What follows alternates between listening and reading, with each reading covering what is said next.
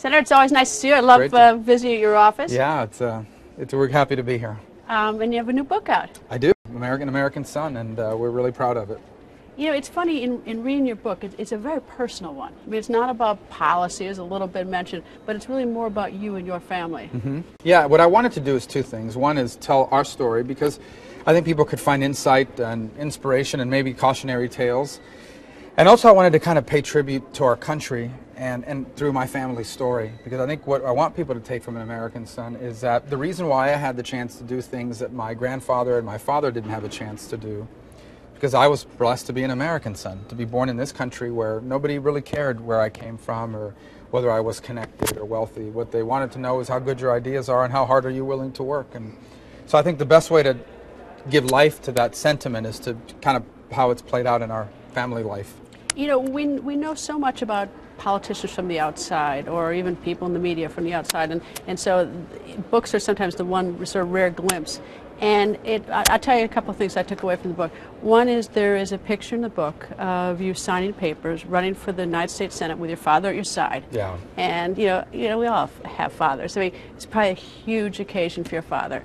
And then, yet because of the laws of mortality, he missed you winning the election. Yeah. Well, you know, he unfortunately got sick that spring, just a few weeks before that picture was taken, and so we in that event, it was our qualifying event. That's where you qualify to get on the ballot.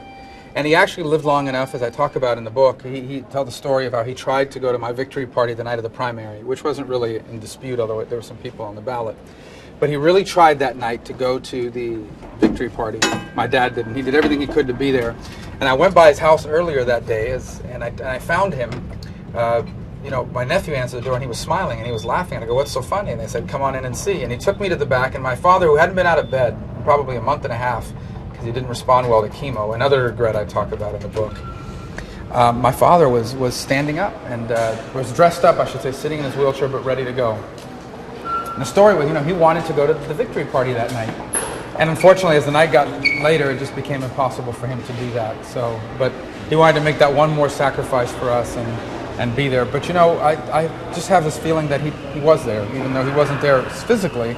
I have a sense that that he certainly knows what his hard work and sacrifice allowed me to do in my life. But it also portrays, what so many of us go through. You know, in your book, you write about how when your father was first diagnosed with lung cancer, is that you pushed for the chemo. You know, the son who wants his father, I guess, to live forever like any child. And then you write in the book that sort of you wished you hadn't, because it didn't work for him and it was hard on him. Yeah, and I talk about that feeling in the book. You know, on the one hand, they tell you your father has a cancer growing inside his chest, and there's this treatment that might work, or at least extend some quality of life. And this idea that you would leave that untreated just really bothered me. I couldn't put up with that. And so I would say to you that, you know, it's funny, life is a cycle, and I talk about that in the book. When you're younger, you look to your parents for guidance. As you get older, it kind of switches. So I think my dad basically would have done whatever I'd asked him to do, and I kind of encouraged him in that direction. And he was only able to take 3 days of chemotherapy. He responded very poorly to it, really made him worse in so many ways. And, you know, so that's a regret I carried with me, and you kind of wondered, did we make the wrong decision? Did I push him towards the wrong decision? I think a lot of people go through that, especially as our parents get older, a lot of people in my generation, for sure. Does it have any impact sort of even on how you look on health care in this country? Because, you have this personal situation, which we all get in some degree, in some way, and then suddenly, as United States Senator, you're called to make decisions on such important things as national health care, in terms of on even how we deliver health care in this country. You know where it makes a difference when you look at health care through my dad's experiences? When your father is sick, or your mother is sick, or someone you love is sick, you want them to get the best thing they've got out there. What's the best treatment? What's the best diagnostic equipment? No one's going to come to you and say, hey, your parents are older, they really shouldn't be getting this stuff. We're not going to pay for that stuff. No, we really shouldn't be using those treatments on someone that age. They should be saved for someone younger and healthier.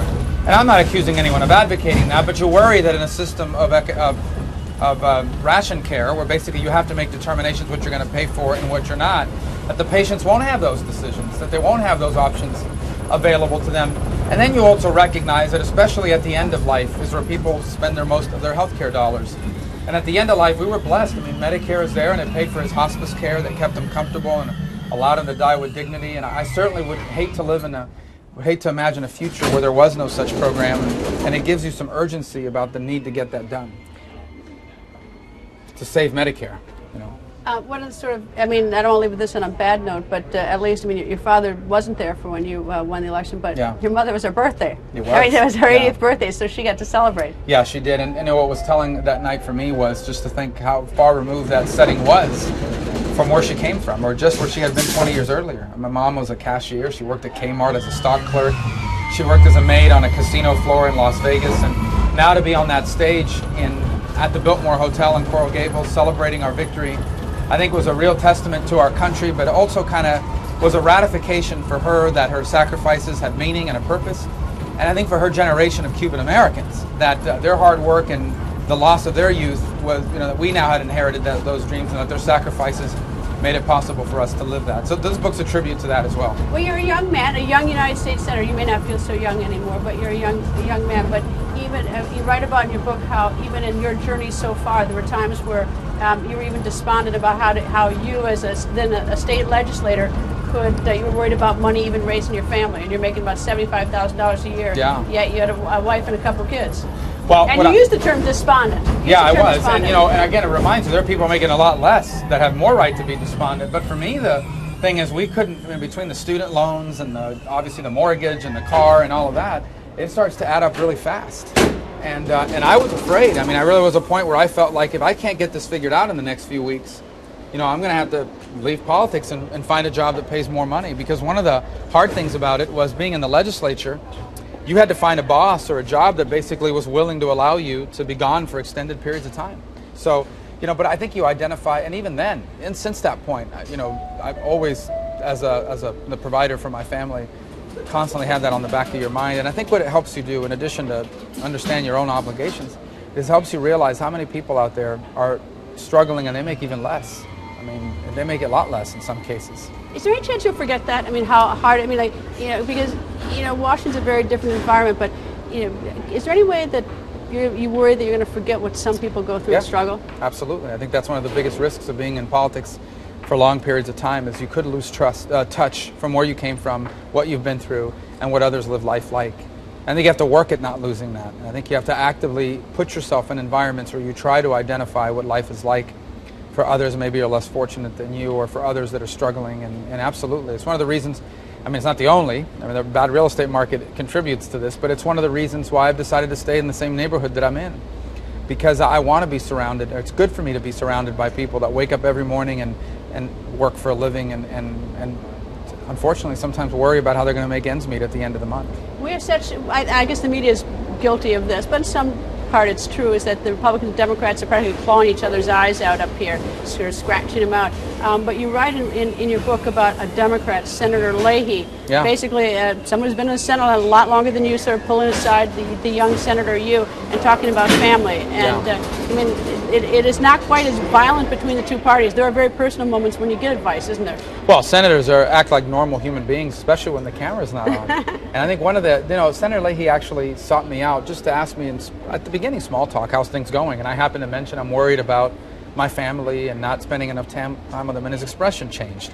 As I write in the book, his expression changed to that of someone who had something to share. And what he shared was the story that I end the book with, and that's the story about when he was younger and in the Senate. I think it was President Ford had invited him to something, and he had to turn it down because his kids had something. And he said, 30 years later, he doesn't even remember what the invitation was to, but his kids will never forget the day he chose them over the president. And of course, as I end the book with a story about how I had a trip that I had a chance to take to Africa to learn about our AIDS programs, and I had never been to Africa. We always wanted to go. And but my kids had a bunch of stuff going on in the early part of the year, and they were shocked when I went to school that day and picked them up. They thought I was halfway there. And maybe I'll never, had I not written it in the book, I might have forgotten about that trip to Africa. But I don't think my kids will ever forget the day I chose them over Africa and brought them home from school. Chances are your wife won't forget where you proposed either. Yeah. What do you mean? What do you mean? Where you proposed marriage. Oh yeah. Well, you're quite a romantic. Well, I tried to be. I don't know if I get good at it or not. But we were in New York City, and we. You weren't in New York City. You went to New York City. We went to New York City, but she didn't know it was for that. And then I ended up. You tricked her. I had to trick her, but it was really cold, and I had to trick her into going into the top of the Empire State Building, which is a mission. As you know, it takes a while to get up there, and then And then I proposed, and obviously, but we didn't stay outside very long. We're from Miami. It was like 20 degrees. It was too much for us, but just long enough not to drop. My biggest nightmare, I should have written this in the book, was that somehow I dropped the ring over the edge of the building, and then you can imagine.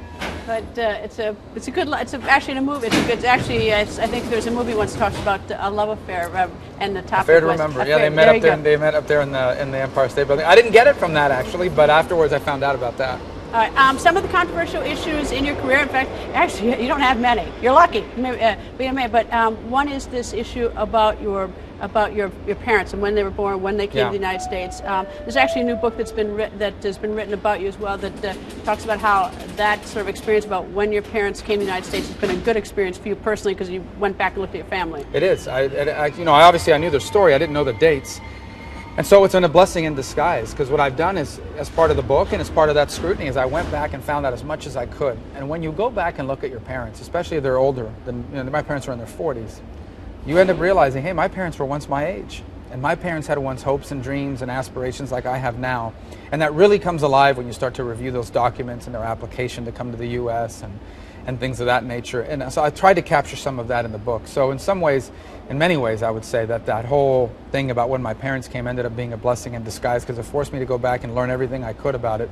And what I learned was even more amazing than what I knew before. Well, you forced all of us to look back at our family stories to find out, what we know about our own families. Yeah, I had a lot of people tell me that, especially Cuban exile families, because our records aren't nearly as good as some others are, because we can't go back. It isn't even a matter of records, it's what you've heard. Yeah, what you've heard and through time, and also, the Cuban American experience is so deeply affected by the pain of not being able to go back to your homeland or to be a part of life in your homeland.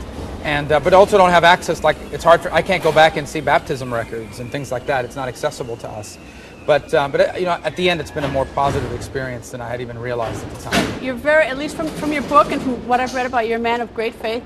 In fact, for a while you were a member of the Mormon Church, and then you returned to the Catholic Church. Yeah, we were kids. I mean, we had moved to Las Vegas, and the book describes how in Florida, when we left Miami, our parents were very concerned about the community and the environment. We moved to Las Vegas. My mom especially was very desperate to put us in a very wholesome environment. And my aunt, her sister, was a member of the Mormon Church, and so were all her kids, and they were doing great. I mean, a very great environment. They were growing up as a strong, stable family.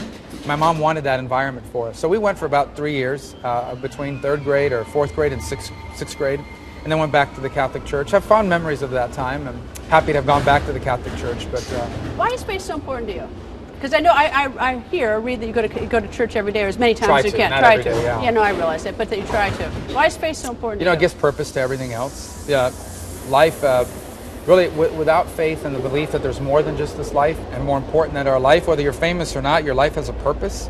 Without that, really, everything else is less meaningful and less enjoyable. And so I think that's most important. Obviously, my faith teaches that I can't live in eternity with God in heaven if I don't embrace Jesus Christ and all His promises that He left for us. So that's important too. But just from a more practical perspective, I feel that life and even the things I do here in whether it's in the Senate or as a father or as a neighbor or as a husband, have more meaning, more perspective when it's backed up by my faith. I assume that always people get to where they are because they work hard, the right place at the right time, a little bit of luck. In your instance, I think the Governor Chris Christie hug of President Obama. Governor Christ. Governor Christ, I mean, not Governor Chris Christie. Governor Christ hug of President Obama, that was fatal to his campaign. Well, it was illustrative. It would have meant a lot less if there weren't policies before that. And, Governor Christ is a very talented politician, really likable person. People like him. And he was very successful early on in his career as a governor. People really supported him. And he was very popular when I decided to run against him. But I think what the hug did at the time is it came in combination with a moment where a lot of people felt that the Republican Party was not clearly articulating what it stood for and being a forceful alternative to the president and his party. And that's one of the things that motivated me to run. So that's a tactic that we used. Ultimately, I think we would have won despite the hug because our message. But I mean, you were a long shot in the beginning. Gosh, yes, absolutely. I mean, Governor Christ had it locked up. Most people thought. Yeah, I mean, he was enormously popular on a personal level. And his job approval ratings were very high too. And then he had all the support that comes from being an incumbent, the money, all of that. But and as I talk about in the book very honestly, there were times I didn't think I could win, and in fact was trying to figure out a face-saving way to maybe get out of the race. And I'm glad that I didn't. And it's not a sentiment that I'm proud of, but I'm glad that I went through that because it forced me to ask myself, why are you in this? Are you running because you want to be somebody or because you want to do something? If you're running to be somebody, there's a lot easier things you can be. I mean, get into an easier race like Attorney General or something else. And some people suggested I do that, and I was tempted. But ultimately, I ran because I wanted to do something. And I'm glad that I went through the race that I went through, that it was difficult, that it was uphill, that I had doubts, because I think it's made me, hopefully, a better senator. How close are you to Governor Jeb Bush? Close. He's a really good role model and someone whose opinions I value, someone whose advice has been important in my career, and someone who's, I think his issues first focus on politics is something I think is sorely missing in American politics. We caught up with you in Florida about 2 years ago, riding around in the car with you, and I'm curious, in the 2-year period, what's changed for you? What have you changed in terms of things that you see about the United States Senate, or changed in terms of what you're focused on, want to really push forward on? One of the things that troubles me is the lack of urgency. Even 2 years ago, despite how bad things were, I felt I couldn't believe we'd go another 2 years without dealing with the debt or Medicare or tax reform or some of these other issues. So I'm really even more concerned because I think there's these big issues everyone knows we need to confront, but everyone wants to wait. And what are they waiting for? So I'm more concerned about that. The Senate's pretty much, as I said in the book, pretty much what I expected it to be in terms of the pace of the place. I just wish there was more urgency. I think there's a little bit less gamesmanship, and a little bit more urgency in terms of confronting the issues that we have as a nation. So I think I'm probably more anxious about that than I was just 2 years ago. So how do you get that rolling? I mean, how do you get the Senate to move more? Everyone who comes here is very interested in doing right, and people who have stayed here for many years want to do right too. But it doesn't seem, there is this log jam, and it just things move very slowly. And then when they do move, a lot of people are very unhappy in how they move. Is there anything you can do differently? Have you thought about what you can do? Well, I think part of it is looking for opportunities when you can to work with people that maybe people don't expect you to be able to work with. So, I've signed up to this Jobs 2.0 bill that I did with 2 Democrats and me and another Republican. It's bipartisan. It's good ideas. Nothing that violates my principles, and there's a lot of things we agree on. We should do those things. And I think maybe if we started doing the things we agree on, and there are a lot of them, then it leaves only the things we don't agree on to debate about. And then we can have an honest debate about that, and that's what elections are for sometimes. I think that's what this election is going to be about, whether we believe in Barack Obama's view of America, where the government is the one that creates jobs and prosperity, or do we believe in Mitt Romney and the Republican view of America, which is the one closer to our heritage, in my belief. And that's one where jobs are created by the private sector, and government's job is to make it easier for them to do that, not harder. All right, trick question, because I never ask you this question without giving you warning. In light of the fact that you have some sort of frustration, my word, on how slowly things move in the Senate, do you think you get things moving faster, accomplish more as vice president? No, I want to be a senator. Because I promised never to ask you that question. The whole thing about the vice president, I just stay away from now because there's a real process going on, and I want to respect Governor Romney and the decision that I know is going to make a great decision. But I'll say that I think I can make a big difference as a senator. I do. That's one of the reasons I want to be in the Senate. This is a place where we can elevate an issue and use this place as a platform to talk about the major issues that confront our country, and that I'm sure of, and that's where I want to be. All right, why the Dolphins over the Packers? Because I'm from Miami. You write about the Dolphins a lot here. In fact, you love Dan Marino, and your wife was a cheerleader for the Dolphins. But what's wrong with the Packers? I don't have anything against the Packers. Great traditional NFL franchise. That's Grew up good in answer. Miami. That's Love a the good Dolphins. answer. Good answer. Love the Dolphins, and we got our coach came from the Packers, so Philbin. So you do like the Packers second?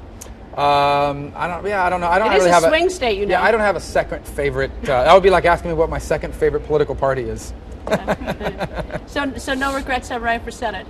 No regrets for running for Senate. I'm just blessed to be here. I hope I can make a difference. Well, I hope you do too. I know you have to go to a meeting, so I'll let you go. I'm curious, what meeting are you going to?